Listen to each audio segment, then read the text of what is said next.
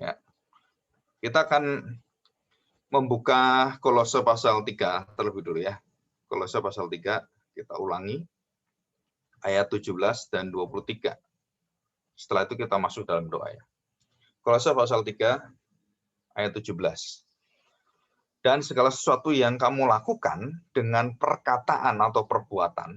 Jadi perkataan dan perbuatan, lakukanlah semuanya itu dalam nama Tuhan Yesus, sambil mengucap syukur oleh Dia kepada Allah Bapa kita. Jadi segala sesuatu ya. Dan dikatakan bahwa Dia ada di atas, artinya Dia yang melihat semuanya, Dia yang mengatur, mengontrol. Segala sesuatu itu harus kamu lakukan, perkataan dan perbuatan kita itu dalam nama Tuhan Yesus. Dalam nama Tuhan Yesus. Sambil mengucap syukur oleh Dia kepada Allah Bapa kita. Nah, kita akan lihat ayat 23. Apapun juga yang kamu perbuat, perbuatlah dengan segenap hatimu seperti untuk Tuhan dan bukan untuk manusia. Jadi seperti Tuhan dan bukan untuk manusia. Dan kita jelas bahwa kita dipanggil oleh Tuhan, kita diberi anugerah oleh Tuhan, dan hanya melalui Tuhan kita bisa melakukan apa yang Tuhan kehendaki. Jadi Tuhan bukan hanya memanggil, Dia juga memberikan kita panggilannya, memberikan jaminannya, memberikan penyertaannya, dan memberikan kemampuan kepada kita. Jadi orang Kristen itu harus tahu rahasia ini. Rahasia apa? Bahwa Tuhan itu pasti akan bersama kita. Yang sering adalah kita tidak bersama dengan Tuhan. Kita keluar dari jalur yang Tuhan inginkan. Kita tidak taat. Jadi tidak tepat pada sasarannya. Atau bahasa Yunani itu hamartia. Hamartia itu tidak taat, tidak tepat, tidak sesuai, dan tidak sejalan dengan Tuhan. Nah, kita belajar di sini, apapun juga yang kamu perbuatlah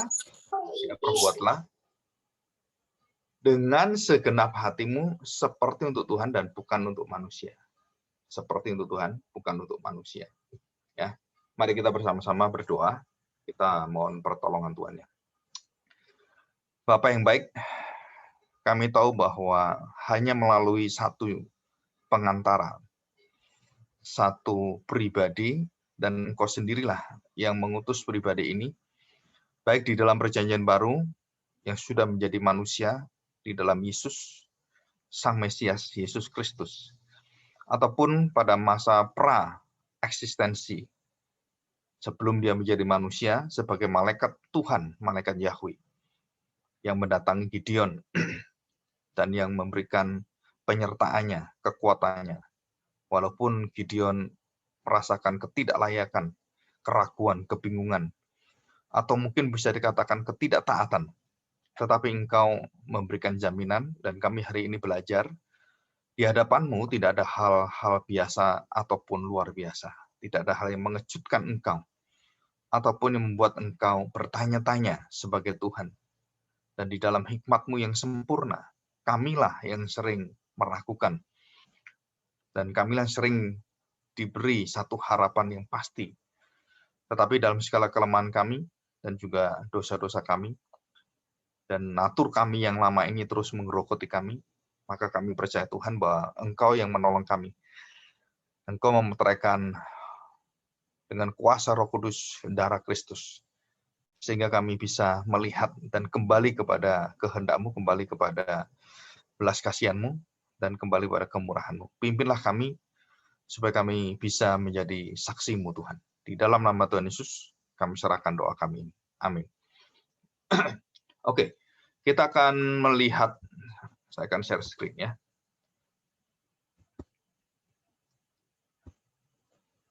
Di sini. Jadi yang pertama adalah satu tema yang kita pelajari, sederhana sebenarnya, tetapi kita harus tahu bahwa tema ini tema yang sangat sulit, karena kita seringkali membedakan hal-hal yang luar biasa dengan hal-hal yang biasa. Ini selalu terjadi seperti itu ya. Jadi di hadapan Tuhan, khususnya di hadapan Tuhan ya, tidak ada perbedaan apakah itu luar biasa atau hal yang biasa. Kenapa seperti ini? Karena kita tahu bahwa Di dalam diri Tuhan tidak ada yang melampaui segala pikiran Tuhan. Tidak ada yang hal-hal yang bisa menambahkan atau mengajari Tuhan atau mendikte Tuhan. Kenapa seperti ini? Karena Tuhan itu sudah maha. Jadi sudah tahu segalanya, dia kemampuannya melebihi siapapun, dan siapa yang bisa menyamai Tuhan, dan siapa yang bisa kita samakan dengan Tuhan? Tidak ada. Jadi di hadapan Allah itu tidak ada perbedaan. Kita disuruh melakukan semuanya, apapun kita lakukan itu, semuanya kita lakukan, kita harus tahu bahwa itu bukan untuk manusia. Jadi kalau saya melayani anak saya, kita harus tahu bahwa kita melayani bukan anak yang kita lihat sebenarnya. Secara kerohanian kita itu sedang melayani Tuhan dalam segala sesuatu. Kita juga berkata-kata kepada anak kita, berkata-kata kepada orang lain dalam pekerjaan, kita sedang berhadapan dengan Tuhan. Sehingga apa yang kita ucapkan itu harus sesuai dengan apa yang Tuhan inginkan. Setiap hari loh, bukan saat kita berada di doa bersama dengan Tuhan, saat khusus bersama dengan Tuhan, ya udah ini bahasa-bahasa rohani saya. Jadi menyebut nama Tuhan, terima kasih Tuhan, Engkau begitu baik, Engkau memberikan kami begitu banyak anugerah dan berkat gitu ya di hadapan Tuhan. Begitu di luar itu, kita mengeluh, kita meragukan Tuhan. Gimana sih kamu ini? Bagaimana kamu bisa melakukan hal seperti ini?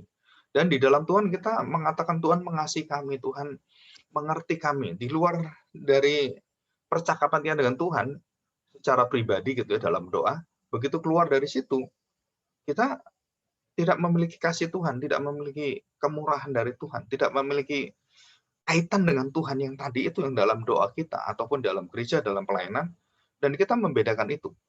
Ya, kita sangat mudah sekali untuk memilah hal-hal seperti itu karena dalam diri kita itu memang kemampuan untuk memilah, membedakan itu semua dari Tuhan. Tapi karena jatuh dalam dosa, kita selalu salah. Kita selalu jadi keinginan diri kita itu yang lebih utama. Nah, Tuhan seringkali mengajar, mulai rasul-rasul semua juga mengajarkan, kamu harus memperhatikan kepentingan surgawi, kepentingan di mana Allah itu hadir, di mana Kristus hadir, yang di atas itu. Baru kita bisa melihat, mengikutinya. Diri kita itu mengikuti apa yang Tuhan inginkan dalam hidup kita. Bukan Tuhan yang mengikuti kita. Ya. Jadi hal-hal yang spektakuler, yang luar biasa, atau dalam bahasa Inggrisnya itu extraordinary, sangat ekstra sekali. Itu pada saat kita terdesak, pada saat kita dalam masalah, kita mengalami jalan buntu, tidak ada harapan. Nah, kita meminta Tuhan untuk melakukan hal-hal yang spektakuler. Padahal Tuhan menyediakan jalannya itu hal-hal yang sangat biasa bagi kita. Karena di hadapan Tuhan itu tidak ada yang spektakuler, nggak ada yang biasa. Semua karya Tuhan itu ajaib. Semua karya Tuhan itu harusnya luar biasa. Gitu. Semua karya Tuhan itu karya Allah. Jadi tidak ada yang bisa membuat segala sesuatu seperti yang Tuhan lakukan. Nggak bisa. Nggak bisa. Bahkan malaikat yang paling hebat sekalipun nggak bisa seperti Tuhan. Melampaui daripada apa yang dilakukan Tuhan. Dan semua di bawah Dia. Nah, contoh gitu ya. Pada waktu Maria Marta dalam posisi yang genting gitu, dalam posisi yang sangat berat sekali. Dia melihat Lazarus, kakaknya itu, dalam kondisi yang sangat kritis sekali dan mendekati kematian. Maka di situ mereka teringat kepada Tuhan, kepada Yesus. Dan dia meminta kepada teman-temannya dan lingkungannya itu untuk memberitahukan kepada Tuhan Yesus tentang kondisi Lazarus yang memang mereka berhubungan gitu ya. Yesus dengan keluarga ini sangat dekat sekali. Nah, tahu apa yang membuat mereka dekat? Ketaatan mereka. Terus seringkali juga mereka menerima Tuhan Yesus dan memberikan pelayanannya, makanan, minuman, dan banyak sekali. Dan keluarga ini termasuk keluarga yang kaya. Ya. Lazarus, terus kemudian Maria Marta itu keluarga yang berada. Keluarga itu. Nah, dari situ kita lihat apa yang terjadi. Apa yang terjadi ya. Nah, mereka menginginkan dalam kondisi tertentu itu, Yesus itu datang. Datang. Dan pada saat yang pelik seperti itu datang. Nah, begitu Lazarus mati, Tuhan Yesus datang, mereka mengatakan satu kalimat yang mungkin itu melukai hati Tuhan kalau kita dalam bahasa kita sehari-hari. Kenapa? Nah, percuma kamu datang, orangnya sudah mati.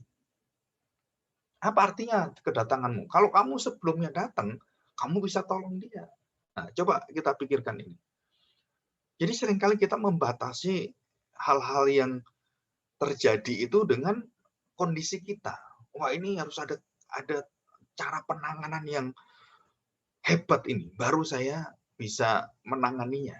Baru saya bisa melihat Allah itu menjadi Allah. Kamu menjadi Mesias itu ya pada saat seperti ini. Ayo nyatakan kuasamu. Tapi Tuhan Yesus menunda 4 hari coba. 4 hari menunda. Dibiarkan itu. Bukan dibiarkan kemudian Tuhan tidak punya hati gitu, bukan. Memang sengaja Tuhan itu lambatkan 4 hari. Coba kita lihat ini ya. Manusia mengharapkan kalau bisa ayo lakukan sekarang ini. Kalau sudah mati nggak ada kesempatan. Bagaimana mati kamu datang? Buat apa? Jadi membatasi hadirat Allah, kemampuan Allah, dan juga rencana Allah itu yang batasi apa ya? Kita sendiri. Karena kita nggak mendengarkan, kita ingin hal-hal yang spektakuler gitu. Kita melihat kuasa Tuhan yang luar biasa itu seperti itu. Nah, kita baru menerima Tuhan seperti itu. Begitu Tuhan datang dan sudah lewat, semuanya mengatakan terlambat. Buat apa gitu? Istri saya sudah mati. Suami saya sudah meninggal. Anak saya sudah seperti ini. Udah lewat, udah telat, udah nggak ada harapan, percuma. Nah, pada saat seperti itu, yang kita anggap ya sudahlah, jadi hal biasa kan, kita menantikan luar biasa nggak ada, ya udah ini apa adanya sudah, mau apa gitu. Nah, di situ sebenarnya Tuhan bekerja, kita nggak melihat. Ini. Jadi mata kita ini harus disucikan, dikuduskan. Telinga kita juga sama. Kita harus belajar untuk peka dan mendengarkan dengan lebih awas gitu ya. Apa yang Tuhan inginkan. Nah, itu terjadi kalau kita bergumul dengan Tuhan, kita berhubungan dengan Tuhan dengan sangat dekat. Apalagi kita memiliki hubungan yang tanda petik gitu ya, yang sangat harmonis. Dan selalu mendahulukan apa yang Tuhan inginkan dalam segala hal. Di atas segala-galanya. Apapun yang kita pikirkan. Coba gitu ya.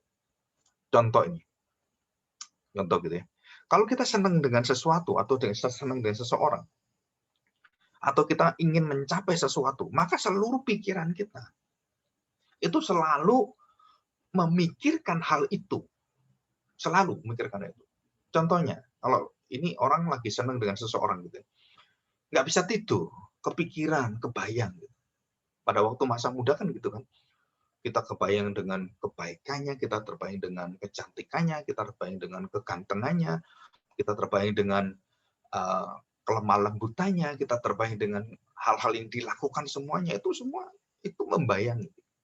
Nah, coba bayangkan. Karena ada ikatan, ada rasa senang, ada rasa menyukai. Dan Tuhan ingatkan kepada kita, jangan sampai kasih kita yang mula-mula kepada Tuhan, cinta kita pada Tuhan itu akhirnya luntur sama sekali. Dan itu celaka kita. Kalau sampai itu hilang luntur, itu menunjukkan bahwa kita ini bukan orang Kristen yang sungguh-sungguh di hadapan Tuhan. Karena kita hanya memanfaatkan Tuhan. Nah, orang-orang yang memanfaatkan Tuhan hanya ingin menunjukkan Tuhan ada dengan bukti apa? Tunjukkan pada saya tanda-tanda itu. Orang-orang Farisi, ahli Taurat, semua itu seperti itu. Bangsa Israel juga sama. Sudah diberkati berulang-ulang, tetap minta. Buktinya apa? Ingin berkat ini, ingin dijawab doanya ini, ingin semua. Nah, itu satu kelemahan yang Tuhan peringatkan kepada bangsa Israel dan kepada kita. Kalau kamu berpikir seperti itu terus-menerus seperti itu, dan tidak bisa terima hal-hal yang tanda petik biasa, hal-hal yang sepertinya tidak ada harapan, jalan buntu, dan kita tidak bisa menerima itu, bahwa itu bukan dari jalan Tuhan. Kenapa jalan ini buntu? Kenapa jalan ini berhenti? Kenapa jalan ini tidak bisa dilalui? Kenapa jalan ini nggak bisa diatasi? Padahal itu Tuhan yang bikin jalan itu. Memang nggak bisa diatasi supaya kamu berseru kepada Tuhan. Supaya kamu memohon pada Tuhan. Dalam ketidakmampuan kita. Nah, itu yang terjadi. Ya. Oke, selanjutnya. Jadi tidak ada cepat, tidak ada lambat. Di hadapan Tuhan itu semua rencana Tuhan itu tepat. Tepat. Ya. Tadi kan tidak ada hal biasa dan luar biasa yang membuat Tuhan kemudian terkaget-kaget itu. Nggak ada. Atau yang lebih tepat lagi, cepat dan lambat itu seperti kejadian air menjadi anggur, perkawinan di Kana. Dalam kondisi genting yang memalukan, Maria itu bingung. Bingung kenapa? Waduh, ini anggurnya habis. Bagaimana yang menolong? Apa yang harus dilakukan? Nah, dia ingat tentang kondisi dan siapakah anaknya ini. Wah, ini anaknya ini kan Sang Mesias ini. Wah, dia bisa melakukan hal yang luar biasa. Maka datanglah dia pada anaknya. Dia meminta supaya anaknya bertindak. Sesuai dengan apa? Sesuai dengan kebutuhan dan kegentingan saat itu. Masa yang krisis yang luar biasa, yang memalukan itu. Maka dia mendesak Tuhan Yesus untuk melakukan sesuatu, menolong dia. Dan Tuhan bertanya. Dan dia mengatakan kalimat-kalimat yang mungkin bagi kita sulit sekali kita terima. Memang kamu siapa? Tanya. Saatku belum tiba. Artinya bukan aku yang mau, kamu yang mau, bukan aku yang mau. Tapi Bapa yang mau, bukan saya, bukan kamu. Jadi Tuhan Yesus pun taat seperti itu. Maka mamanya mengatakan pada orang-orang di sana, oke, ya, dia bisa ngerti ini. Saatnya belum tiba, kapan saatnya? Nah, dia minta supaya, perhatikan ya, saatnya kapan? Kesediaan hati orang-orang yang mencedok air itu untuk menaati apa yang dikatakan anaknya. Apapun dikatakan anak saya, kamu lakukan. Karena itu akan menolong kita. Jadi bukan lagi bergantung kepada memaksa Tuhan untuk melakukan sesuatu, tetapi merendahkan diri supaya taat dan mendengarkan apa yang diperintahkan oleh anaknya. Kesediaan hati, kerelaan, menyerahkan semuanya supaya dia melakukan dan bertindak sesuai dengan apa yang dikatakan oleh anaknya. Nah, ini loh mujizatnya. Jadi anggur itu mujizat yang dilihat mata, tapi perubahan hati ini yang mengawali ini nggak banyak orang lihat. Karena kita anggap apa? Itu jaduk air yang hal biasa. Bukan. Orang nyedok air semua sama. Seluruh manusia nyedok air juga sama. Tapi ini menyedok air, mendengarkan apa yang diperintahkan oleh anaknya. Dan inilah bukan ketepatan, tetapi bukan sesuatu yang terlambat, tapi tepat. Apa yang diinginkan Tuhan, begitu dia ngomong, kamu lakukan. Nah, ini kuasa. Luar biasa ajaib. Jadi setiap kali kita melihat apa yang Tuhan inginkan dalam hidup kita, Tuhan menyertai kita, Tuhan mendukung kita, menopang kita, itu adalah untuk kemuliaan nama Tuhan, bukan untuk diri kita. Oke, selanjutnya kita lihat yang poin yang keempat. Ya, yang keempat. Ada orang mengatakan, wah ini mendadak ini. Nggak bisa saya melakukan ini. Aduh, dipanggil Tuhan dadak, nggak bisa saya belum siap. Aduh, mama saya masih sakit. Aduh, ini saya kondisi harus, barusan papa saya meninggal, saya harus ngubur dia. Ada kan kejadian gitu anak muda yang ikut Tuhan, terus kemudian merasa, aduh, ini mendadak ini, nggak bisa saya. Atau merasakan, aduh sudah lewat, saya udah tua, saya udah umur 70 tahun, dipanggil jadi hamba Tuhan, nggak ada sekolah mau terima saya. Ada teman saya seperti itu. Ya, teman dari China gitu ya, ada beberapa dari mana ini, Asia juga, ada yang dari Singapura atau nah itu juga sekolah, waktu di sekolah itu semua sekolah kan lulus SMA masuk sekolah teologi. Yang sudah 70 tahun nggak ada sekolah teologi menerima orang 70 tahun, 60 tahun atau 50 tahun nggak ada. Tapi Pak Yosef Tong itu waktu di ITS membuka untuk menerima itu. Jadi mahasiswa bukan ditutup dengan cara kita berpikir lulus SMA gitu. Enggak. Dia buka program khusus untuk semua orang bisa masuk, menikmati teologi. Dan di situ saya melihat cara kerja Allah itu tidak dibatasi dengan pola-pola berpikir kita, pola-pola organisasi gereja. Tapi ada hal yang kita harus buka itu, Tuhan bekerja.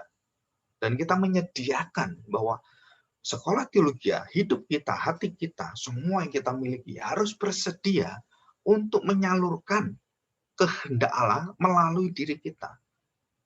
Melalui diri kita.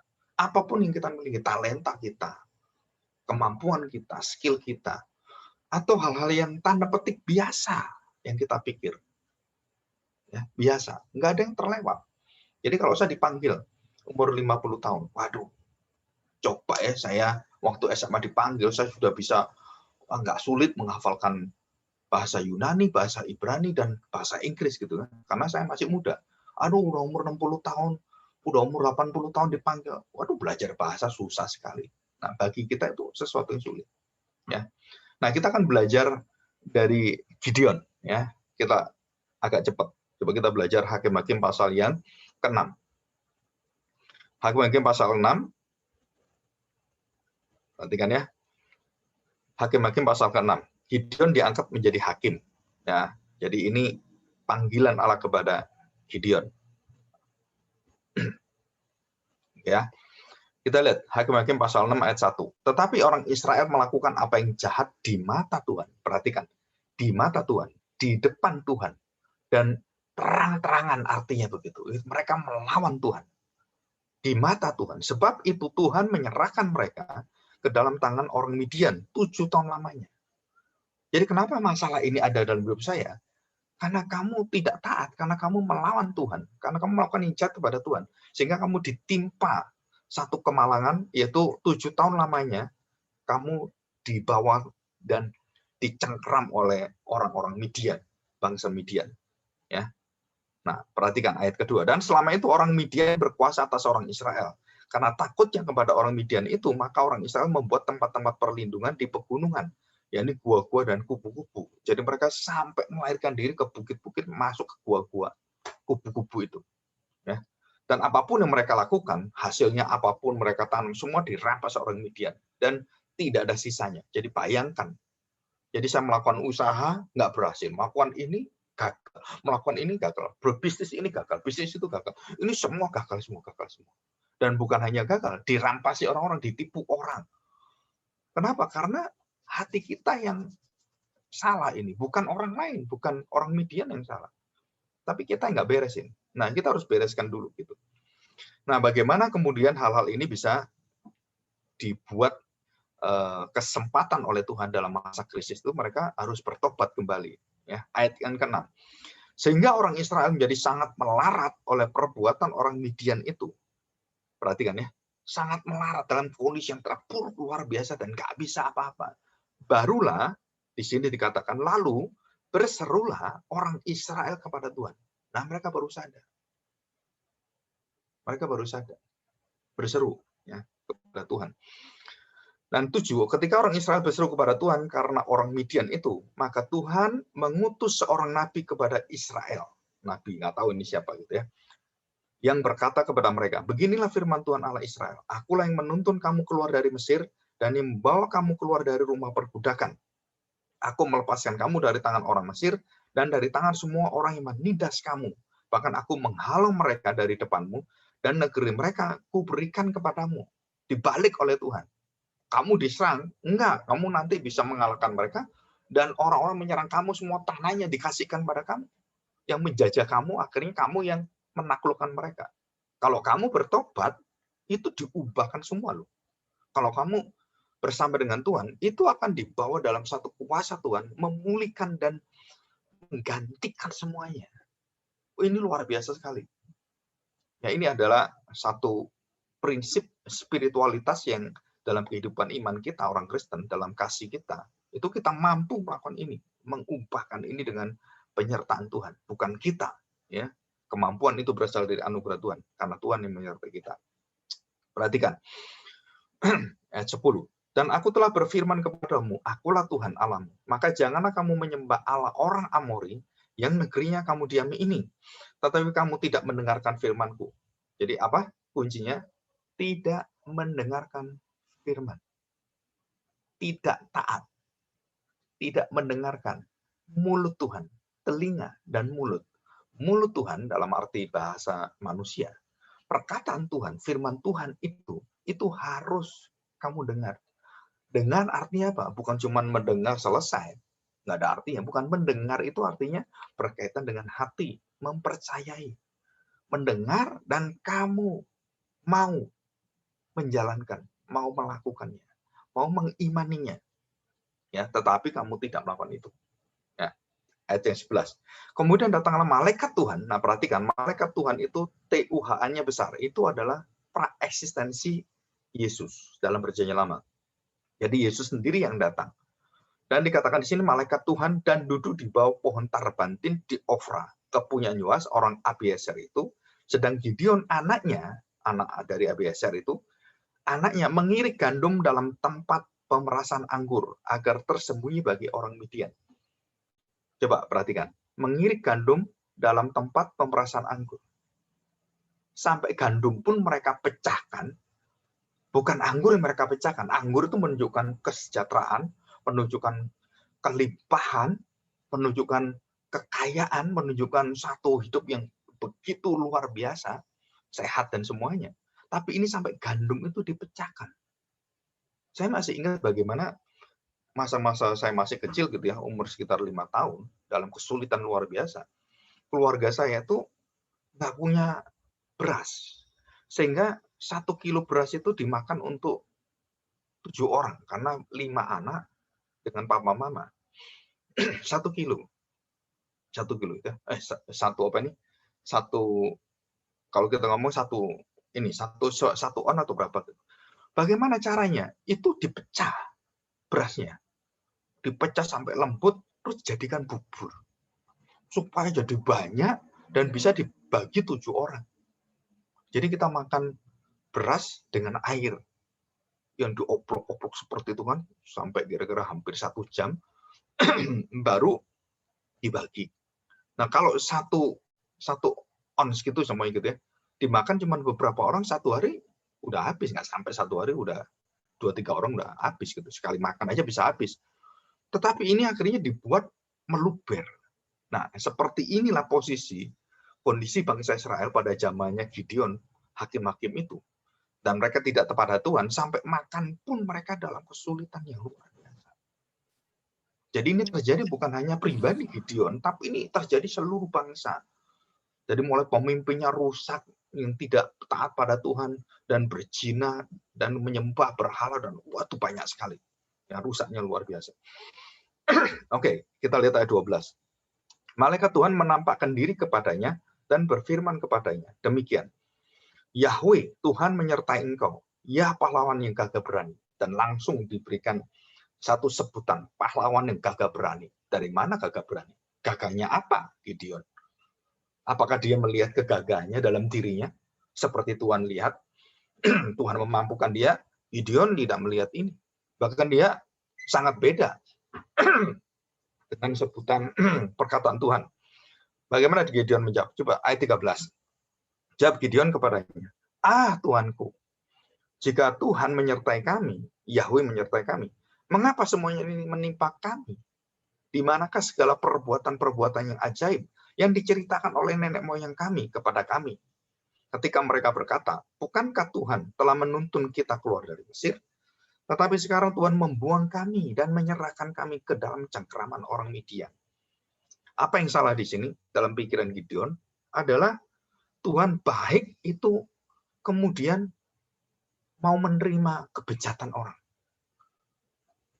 Kebaikan kasih Tuhan itu, kehebatan Tuhan itu nggak bisa tertutupi dengan kondisi yang jahat seperti ini.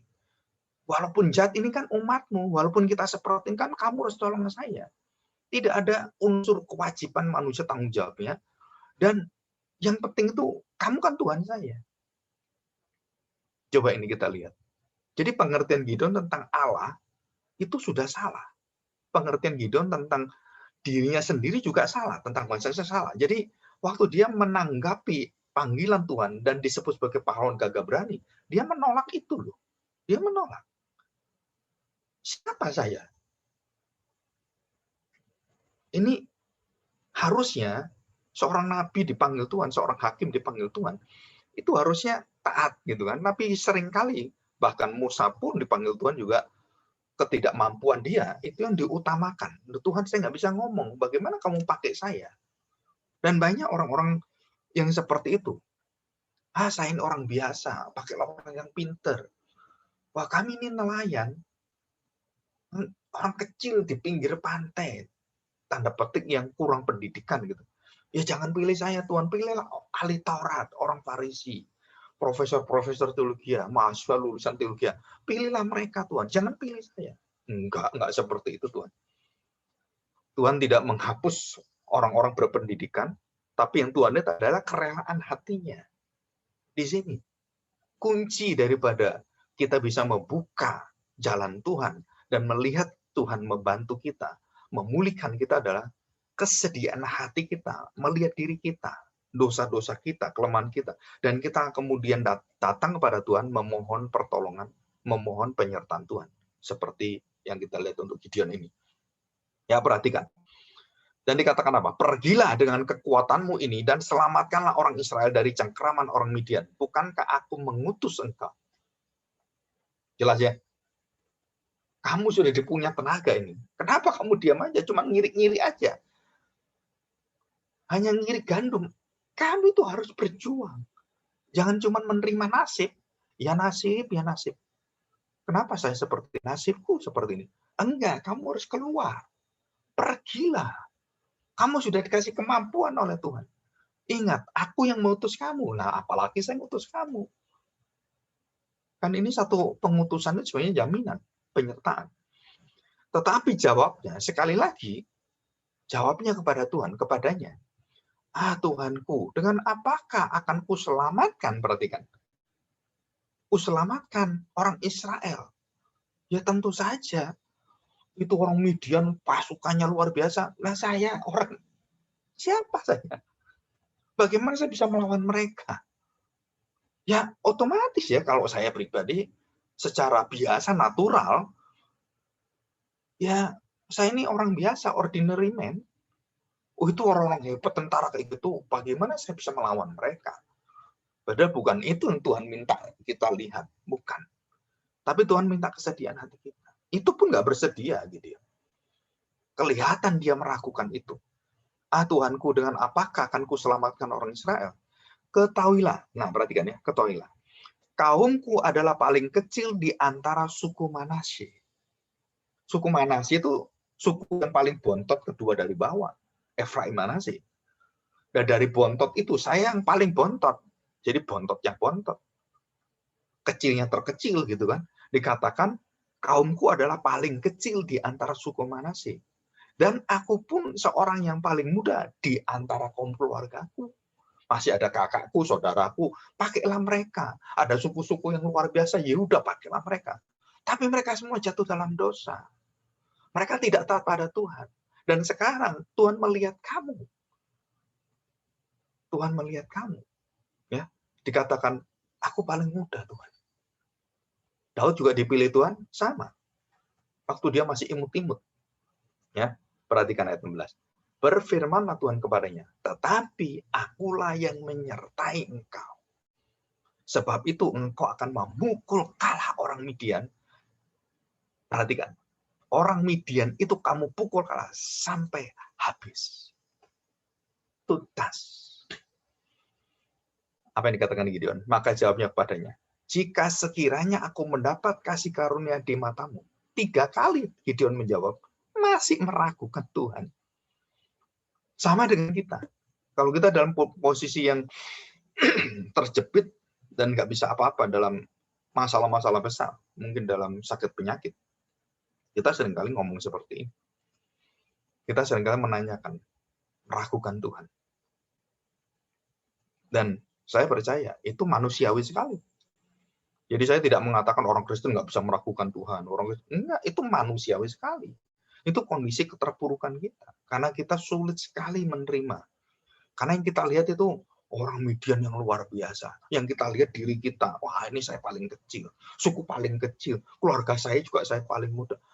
Mana bisa? Ya, mana bisa? Itu. Jadi mana bisa? Nah, kita akan melihat ini ya. Perhatikan. Jika sekiranya aku mendapat kasih karunia di matamu, maka berikanlah kepadaku tanda bahwa engkau sendirilah yang berfirman kepadaku. Jadi 3 seruan dan 3 tanggapan Gideon kepada pimpinan Tuhan. 3 ini semua meragukan. Kelihatan sekali. Dan kemudian dia minta tanda juga 3 kali. Dia sendiri kurang percaya, minta tanda 1, minta tanda 2. Dan akhir coba tandanya itu. Jadi tandanya tahu ya. Jadi ada embun dan itu ada kulit. Yang nggak kena kulit, nah berarti kamu benar. Terus masih ragu-ragu. Oke, Tuhan, minta yang kedua kali. Ya jangan marah ya. Sekarang dibalik. Embunnya basah, sekelilingnya kering. Sampai ketiga kali minta tanda. Dan apa yang dilakukan oleh kita? Kita seringkali sama, minta tanda, minta tanda, minta tanda. Minta jalan pintas dari Tuhan. Padahal Tuhan mengatakan, enggak. Kamu yang harus merelakan hati, kesediaan hatimu. Dan kamu akan menjalani semua hal-hal yang biasa dari kekuatanmu yang ada itu kamu melakukan karya Tuhan yang luar biasa. Jadi semua itu menjadi kekuatan yang indah sekali. Ya. Oke, ayat yang ke-18 ya. Janganlah kiranya pergi dari sini sampai aku datang kepadamu membawa persembahanku dan meletakkannya di hadapanmu. Firman-Nya, aku akan tunggu tinggal sampai engkau kembali. Jadi Tuhan itu sabar dengan keraguan Gideon. Dia mengerti hati Gideon, dia menunggu dan dia menunjukkan penyertaannya. Dia menjanjikan dan memastikan, aku adalah Tuhan yang mengutus engkau. Silakan engkau ragu, silakan datang. Minta tanda apa? Aku akan lihat.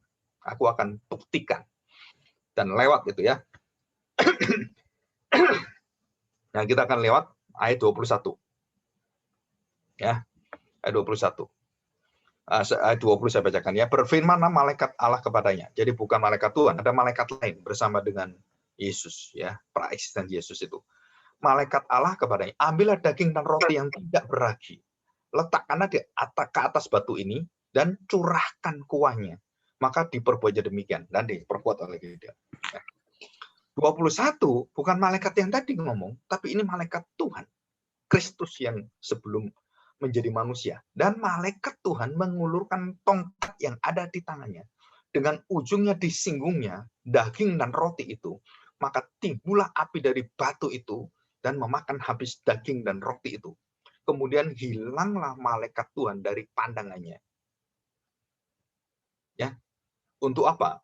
Memberikan pengesahannya, memberikan satu buktinya penyertaan bahwa dia yang mengutus Gideon, maka dia menunjukkan kemuliaannya dan membakar persembahan itu sampai habis.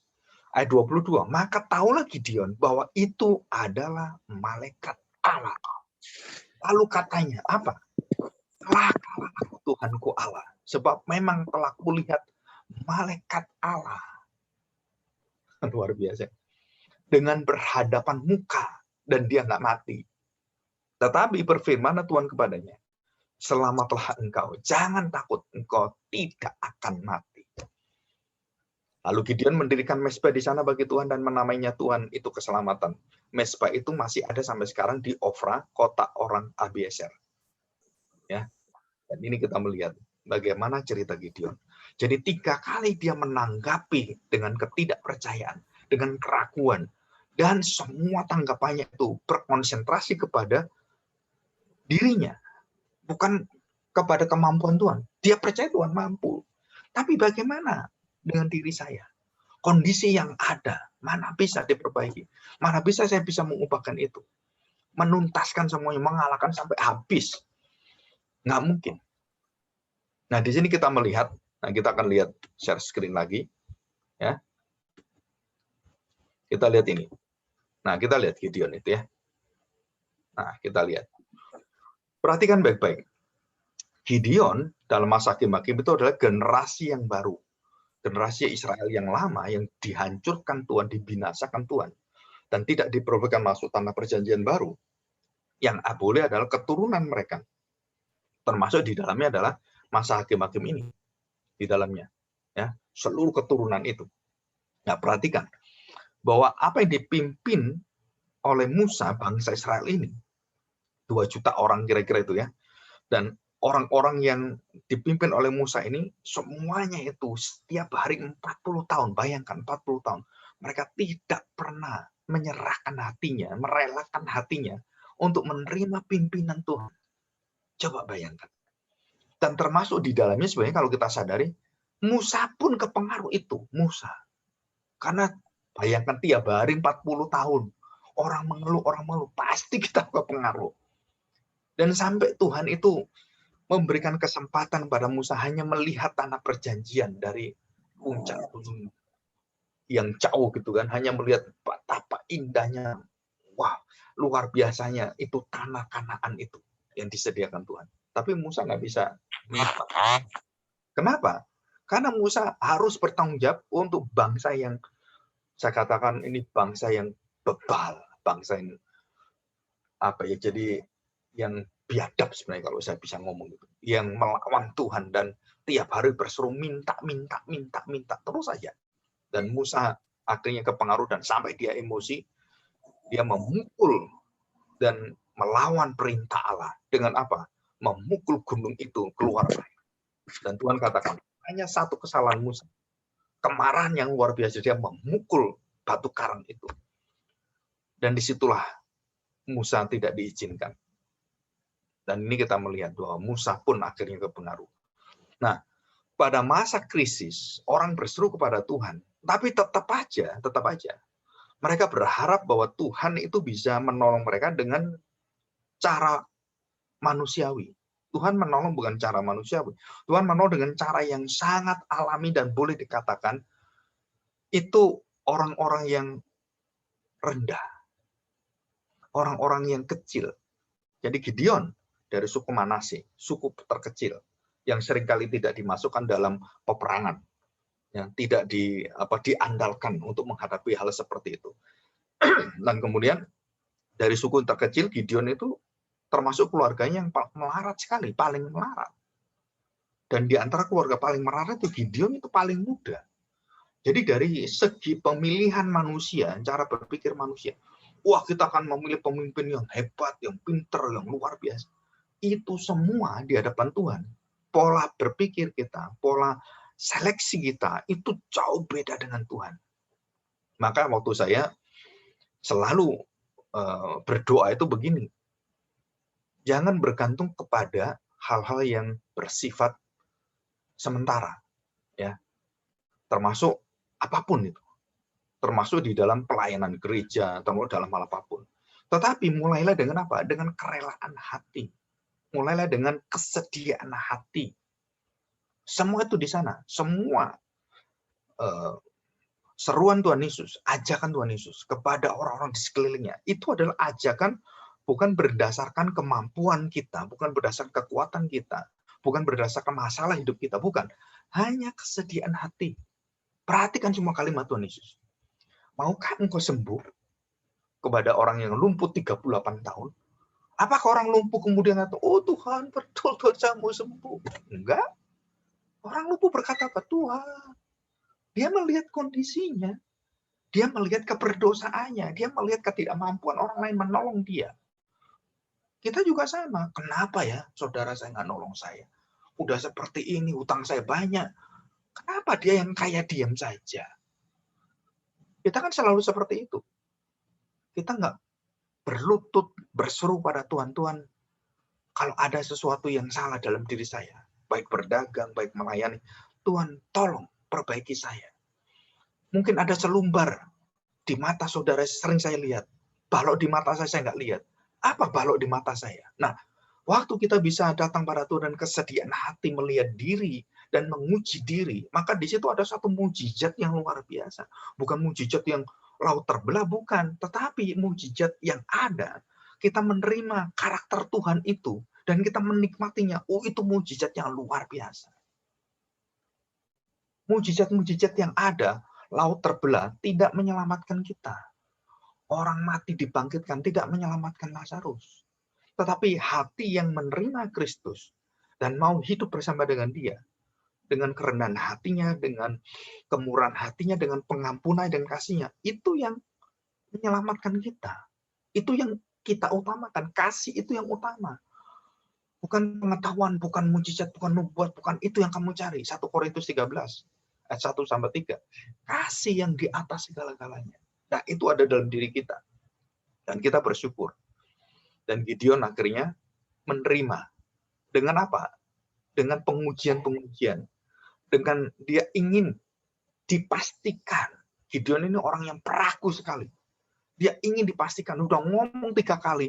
Masih ingin buktikan, masih ingin tanda lagi, tanda. Sampai akhirnya sudah tidak ada tanda. Dan Gideon tidak minta tanda lagi. Dan semuanya berasal dari Tuhan. Dan bagaimana Gideon melawan mereka, dan bagaimana Gideon membawa pasukan itu yang cuma 300 orang, melawan puluhan ribu orang dengan senjata komplit. Apa yang mereka bawa? Enggak ada, cuma puyung dengan tubuh mereka dan tidak ada yang lain. Enggak ada senjata-senjata yang bisa untuk berperang, nggak ada. Hanya kesediaan hati. Luar biasa Tuhan ini.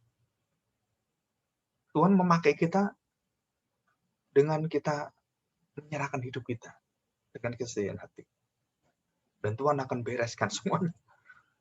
Bagi kita yang suka bergiat, suka melakukan semua tanda petik yang menolongi Tuhan, wah maunya seperti ini. Padahal tidak ada itu. Tidak ada yang seperti itu. Dan Tuhan memberikan kepada kita satu kesediaan hatinya untuk kita menyediakan hati kita untuk supaya menerima kesediaan hati Tuhan. Inilah iman yang membuka kekuatan kasih Tuhan yang mengalir dalam hidup kita. Jadi kalau Tuhan sudah bersedia memanggil kamu, memilih kamu, maka bersedialah kamu menerima kesediaan Tuhan. Dan waktu kita menerima kesediaan Tuhan, disitulah kemampuan berasal dari Tuhan mengalir terus. Dan kita harus dengarkan yang mengambil air dengan tangan yang diangkat dan meminumnya, dan itulah yang kamu ambil, bukan yang seperti anjing yang datang dan dia menjilat. Bukan. Dan itu semua cara Tuhan. Bukan karena melihat orang itu apa yang dikatakan bahwa wah ini orang ini cocok ini, bisa saya pilih. Nggak bisa.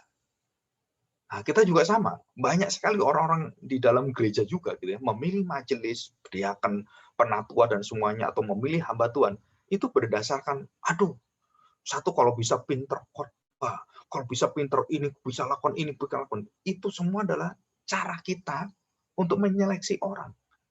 Tetapi yang paling utama adalah kesediaan hati orang itu. Mau nggak melayani di tempat ini.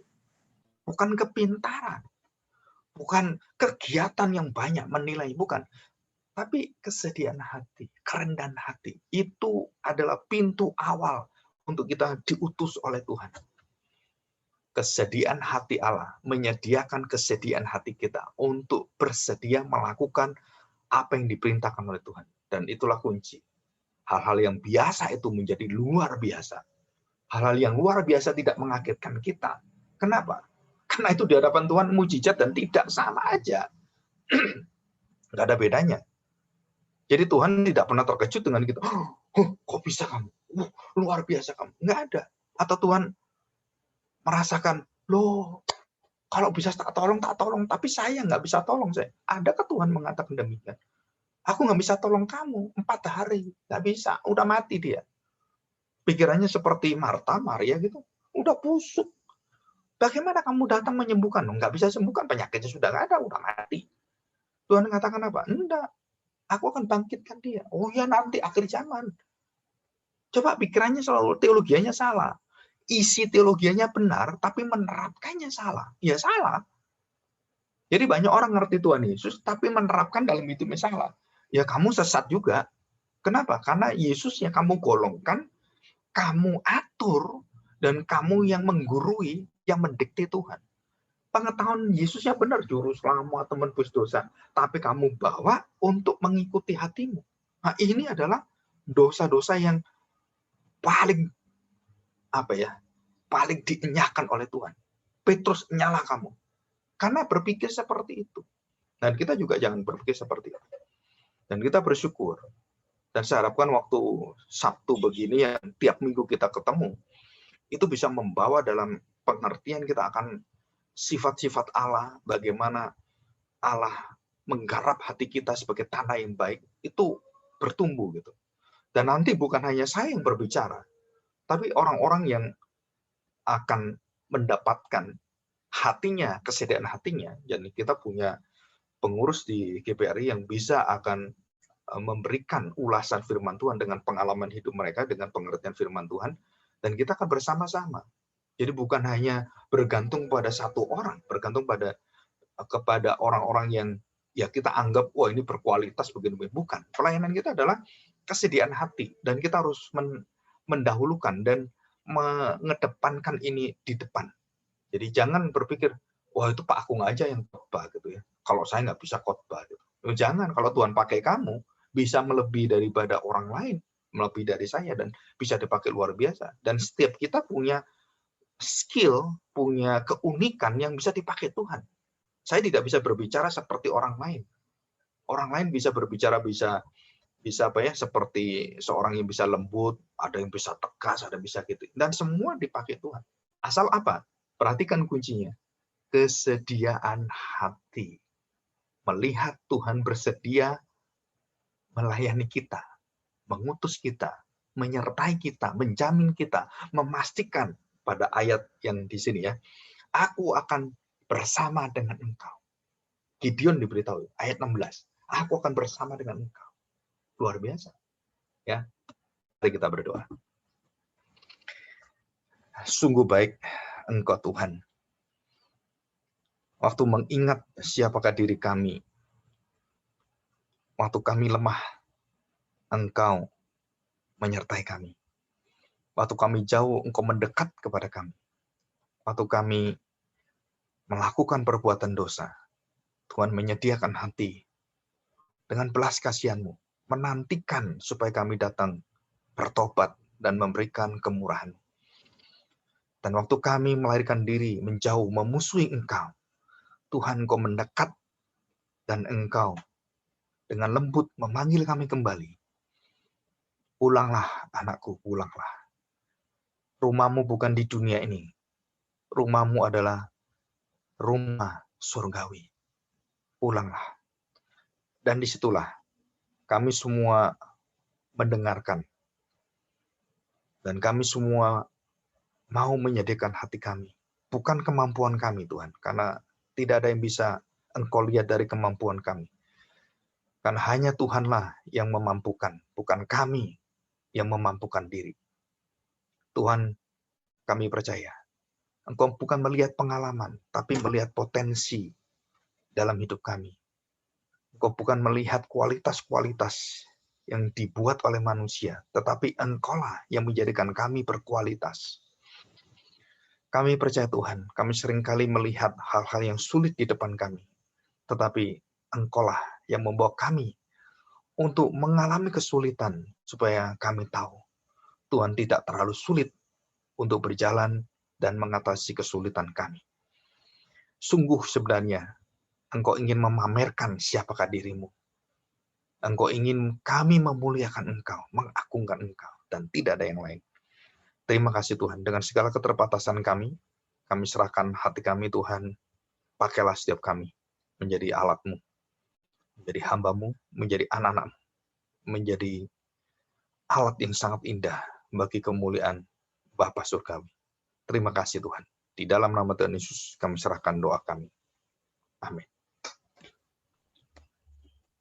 Amin. Terima kasih. Puji Tuhan, kita sudah mendengarkan kebenaran firman Tuhan. Sekarang kita akan masuk pokok-pokok doa jam 8 ayat 9-nya. Dibagi dua ya, jadi pria dan wanita. Ada 4